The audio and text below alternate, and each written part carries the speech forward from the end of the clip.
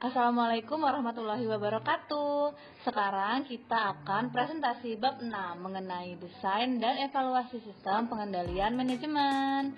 Yuk disimak.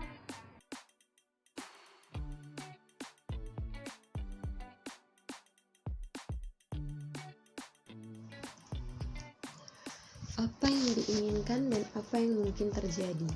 Perusahaan tidak hanya diharuskan menentukan apa yang diinginkan, tetapi juga perlu berusaha menilai apa yang mungkin akan terjadi. Hal ini pada dasarnya sama dengan menilai kemungkinan bahwa masing-masing permasalahan pengendalian telah ada atau akan terjadi, seperti kurangnya pengarahan, masalah motivasi, atau keterbatasan personal. Dengan kata lain, perusahaan seharusnya bertanya, apakah karyawan memahami apa yang harus mereka lakukan atau selesaikan, apakah mereka termotivasi sebagaimana mestinya, dan apakah mereka dapat memenuhi tugas yang diharuskan. Jika tindakan atau hasil yang mungkin terjadi berbeda dengan tindakan atau hasil yang diinginkan, maka diperlukan lebih banyak SPM atau SPM yang berbeda, tergantung sulitnya permasalahan dan biaya SPM yang digunakan untuk menyelesaikan permasalahan tersebut. Dalam hal ini, manajer seharusnya mempertimbangkan SPM apa yang digunakan dan seberapa ketat pengaplikasiannya.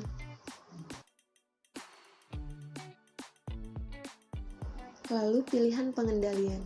Jenis pengendalian manajemen yang berbeda tidak sama efektifnya dalam menyelesaikan setiap permasalahan pengendalian manajemen. Tabel 6.1 menyajikan ringkasan permasalahan pengendalian yang diselesaikan oleh masing-masing jenis pengendalian. Misalnya, tabel tersebut menunjukkan bahwa pembatasan sikap tidak bisa mengatasi masalah kurangnya pengarahan, sehingga jika pengarahan merupakan permasalahan yang penting dalam bagian ini, manajer seharusnya mempertimbangkan bentuk pengendalian lainnya. Serangkaian pengendalian manajemen yang spesifik dipilih dari alternatif yang memungkinkan yang akan memberikan manfaat bersih lebih besar. Manfaat berkurangnya biaya misalnya. Manfaat SPM berasal dari meningkatnya kemungkinan keberhasilan, karena pengendalian manajemen mahal dalam implementasi dan pengoperasiannya. Biaya haruslah dipertimbangkan bersamaan dengan manfaat yang diharapkan dari perbaikan pengendalian.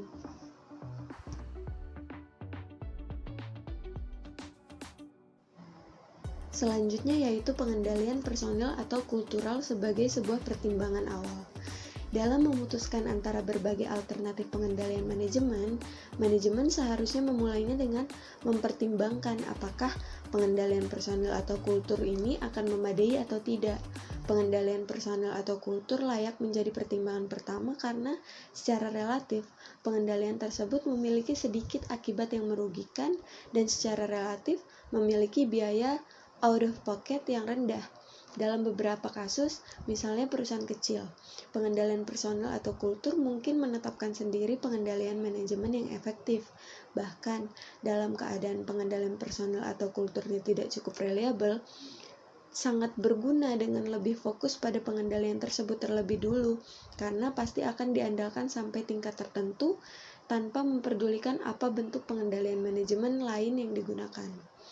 Mempertimbangkan pengendalian personel atau kultur terlebih dahulu akan membuat perusahaan mempertimbangkan seberapa reliabel bentuk pengendalian manajemen ini dan menilai tingkatan yang harusnya mereka pertimbangkan dengan menggunakan bentuk pengendalian lainnya.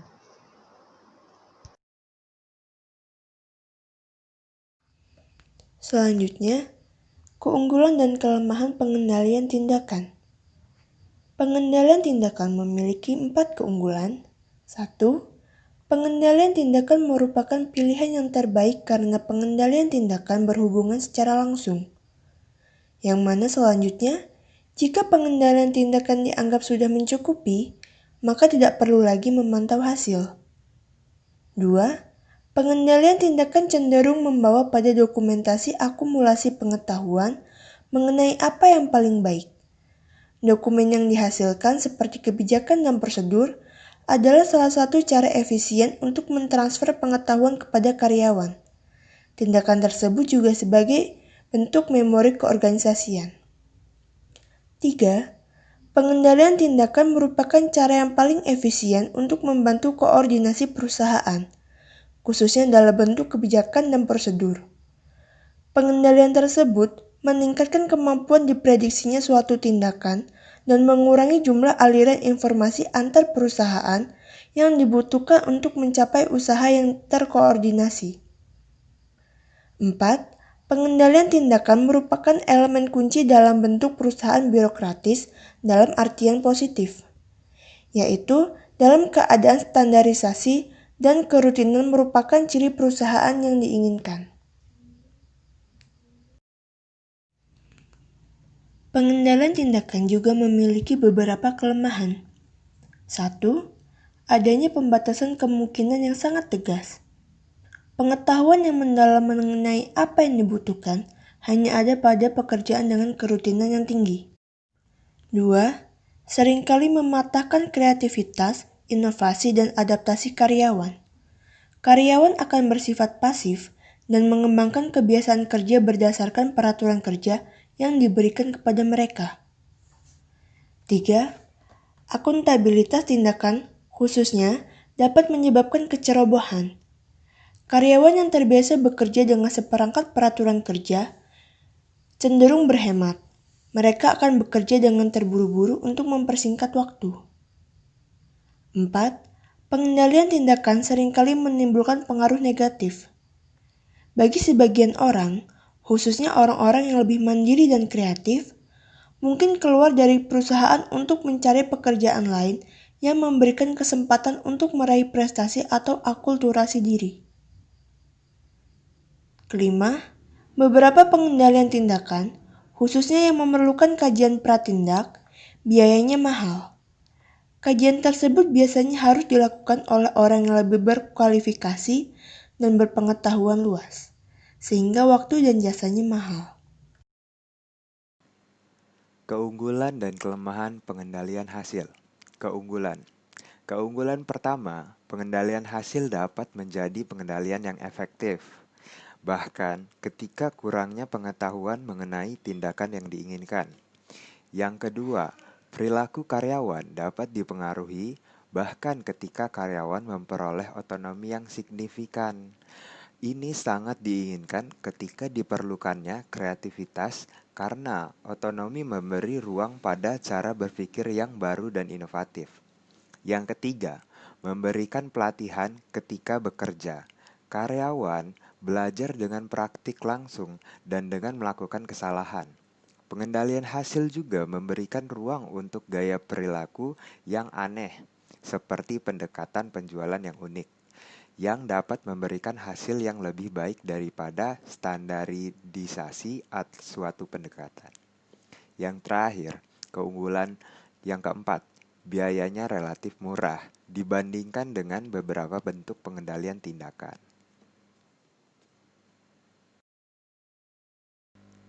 Kelemahan. Kelemahan yang pertama, hasil pengukuran biasanya memberikan indikasi yang kurang sempurna. Yang kedua, pengendalian hasil membebankan resiko pada karyawan. Resiko ini disebabkan oleh adanya gangguan pengukuran yang ditimbulkan oleh sejumlah faktor yang mungkin tidak dapat dikendalikan, termasuk ketidakpastian lingkungan, ketergantungan perusahaan, dan terkadang hanya ketidakberuntungan.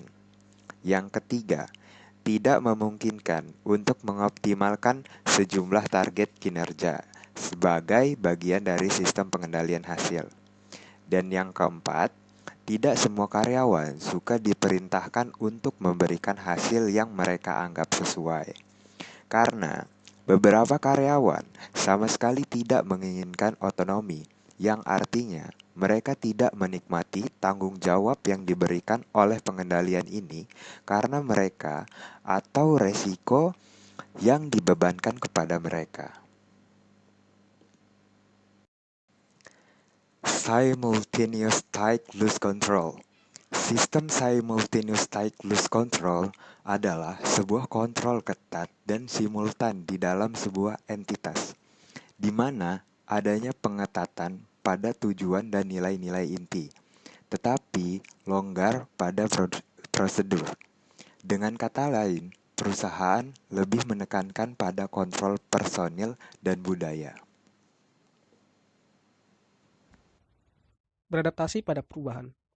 Sebagian besar organisasi menekankan salah satu bentuk pengendalian manajemen pada suatu titik waktu tertentu, tetapi mereka sering mengubah penekanan mereka dari satu bentuk ke bentuk lain sesuai dengan kebutuhan, kemampuan, dan perubahan lingkungan. Dengan berbagai perubahan yang mungkin terjadi pada suatu organisasi, maka diharapkan bahwa organisasi tersebut mampu untuk beradaptasi pada perubahan. Tetap fokus pada perilaku. Keuntungan dan efek samping dari manajemen pengendalian sangat tergantung pada reaksi karyawan terhadap pengendalian yang telah dipertimbangkan. Apa yang terbaik dalam suatu organisasi atau wilayah dalam suatu organisasi mungkin tidak bekerja di tempat lain.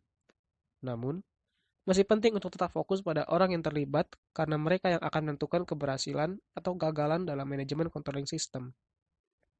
Manfaat dari pengendalian manajemen berasal hanya dari dampaknya terhadap perilaku. Untuk itu, diharapkan bahwa seluruh elemen organisasi untuk tetap fokus pada perilaku sehingga tetap menjaga tujuan dari organisasi tersebut. Mempertahankan pengendalian yang baik. Sistem pengendalian manajemen yang baik dibangun berdasarkan tingkat kekritisan suatu perusahaan melalui proses investigasi dari seluruh situasi yang ada di dalam perusahaan. Kontrol merupakan sebuah kegiatan yang kompleks dari fungsi manajemen di mana dapat memberikan perusahaan suatu keuntungan yang tak nampak seperti tingginya kreativitas, semangat bersaing yang sehat dari perusahaan atau rendahnya biaya dari operasionalisasi perusahaan. Untuk itu, perusahaan harus mempertahankan pengendalian yang baik sehingga dapat mewujudkan tujuan dari perusahaan tersebut.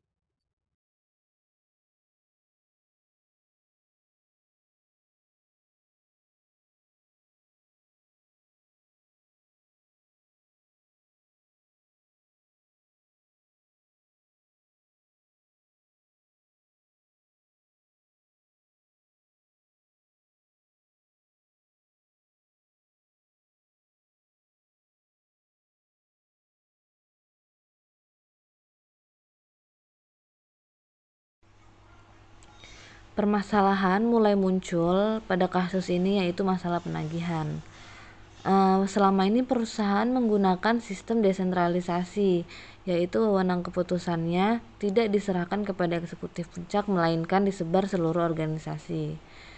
Pengelolaan proyek dari awal hingga penyelesaian dan penagihannya ditangani oleh bagian project manager atau PM. Dalam beberapa tahun terakhir, ditemukan bahwa perusahaan tidak dapat memberikan informasi baik mengenai jumlah maupun tanggal jatuh tempo pembayaran yang benar kepada pelanggannya. GSI. Nah, GSI ini sendiri merupakan perusahaan yang bergerak di bidang perindustrian video games. Seperti yang kita tahu, perindustrian video games ini sangat menuntut para pelaku bisnisnya untuk selalu mengikuti perkembangan zaman dan teknologi untuk mengupgrade fitur-fitur dan spesifikasi dari video game tersebut.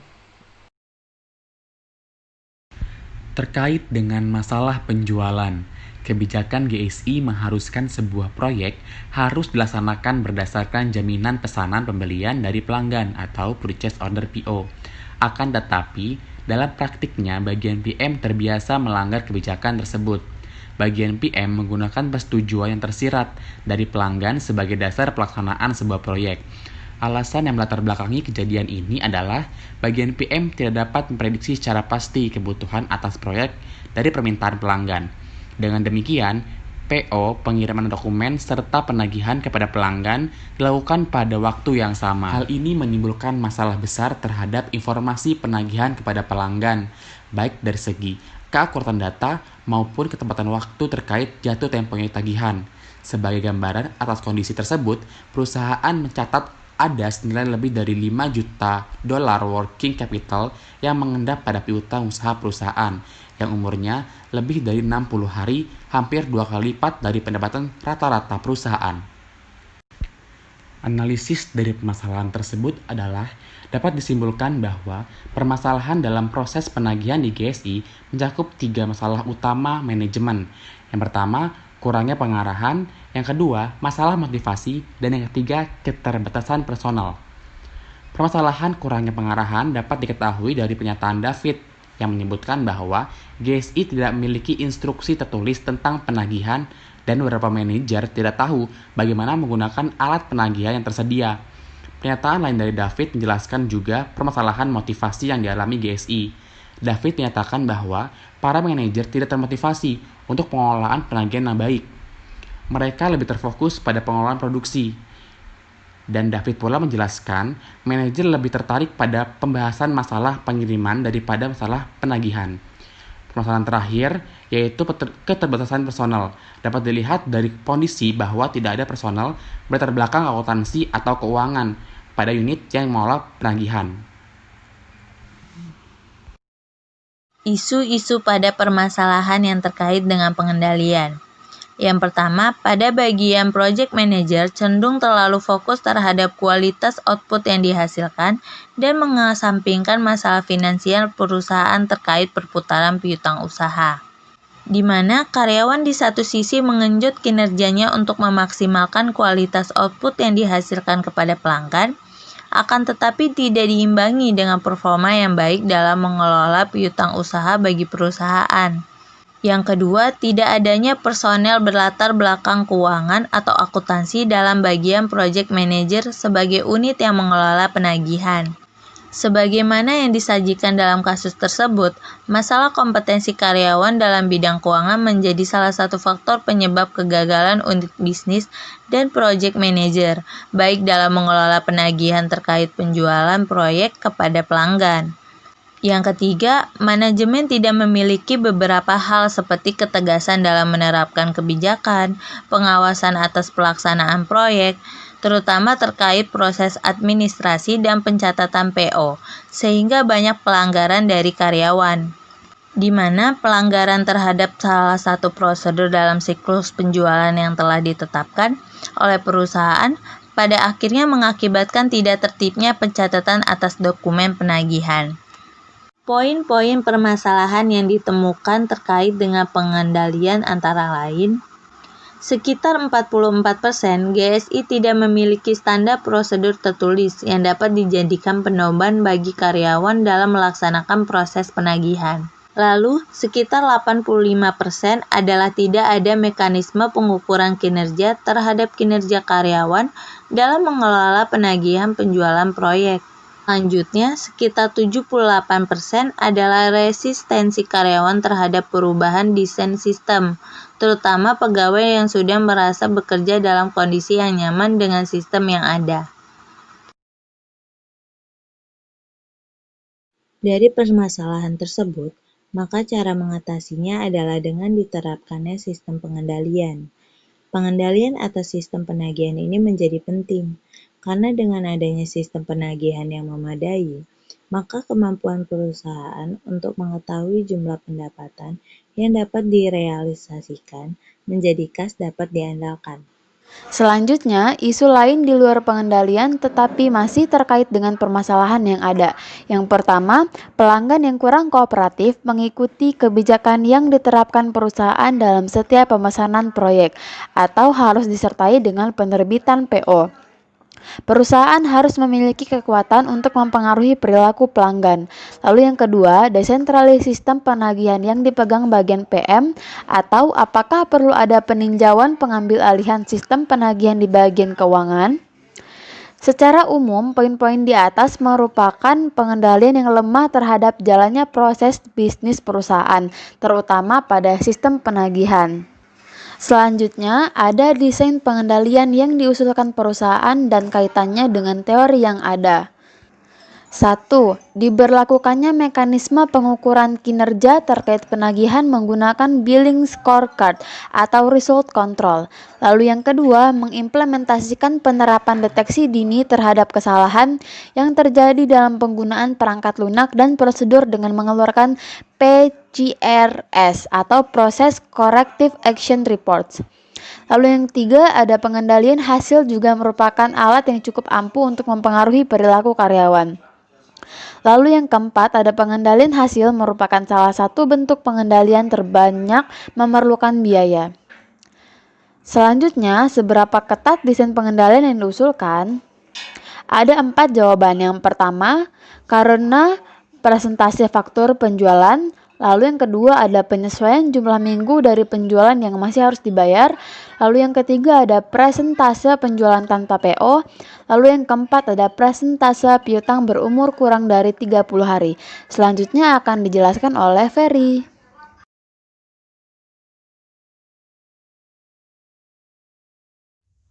Kesimpulan, dari informasi tersebut, David menggunakan akuntabilitas hasil dan akuntabilitas tindakan untuk memperbaiki sistem penagihan GSI. Kedua pengendalian ini, seperti yang digambarkan pada tabel 1, mampu mengurangi ketiga permasalahan sistem penagihan GSI.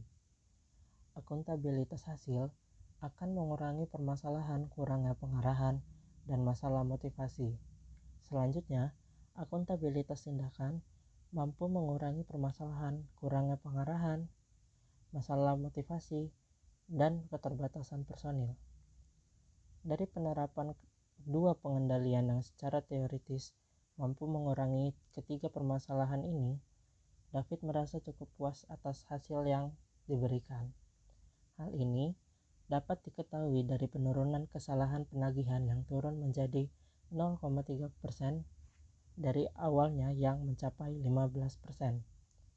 Namun, demikian masih terdapat beberapa hal terkait biaya pengendalian dan peningkatan kualitas pengendalian, terutama peningkatan kualitas pengukuran scorecard yang masih menjadi tanggung jawab David selaku analis keuangan yang ditugaskan untuk mengelola sistem penagihan. Saran: dari beberapa kekurangan yang masih terdapat pada sistem pengendalian yang diajukan oleh David, tindakan selanjutnya yang dapat dilakukan adalah sebagai berikut. Yang pertama, redesign atau penyesuaian terhadap unsur-unsur pada billing scorecard yang menurut unit bisnis perusahaan diset terlampau tinggi. Yang kedua, menjalankan mekanisme insentif bagi unit bisnis yang sudah memenuhi target standar penilaian billing scorecard.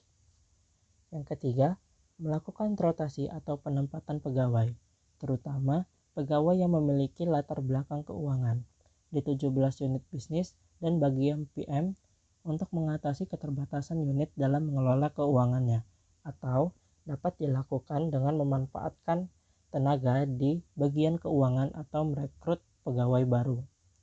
Yang keempat, membuat pedoman penagihan penjualan berupa standar prosedur penagihan atau dalam bentuk SOP atau peraturan perusahaan yang selama ini belum terdapat di perusahaan, termasuk di dalamnya mengatur mengenai biaya awal pemesanan proyek. Dan yang terakhir, bersifat lebih tegas dalam menerapkan sebuah kebijakan atau dengan memanfaatkan PCRS, perusahaan dapat memantau kesalahan prosedur yang dilakukan oleh karyawan. Nah, sekian presentasi dari kelompok 6. Maaf apabila ada salah-salah. Kami tutup. Wassalamualaikum warahmatullahi wabarakatuh.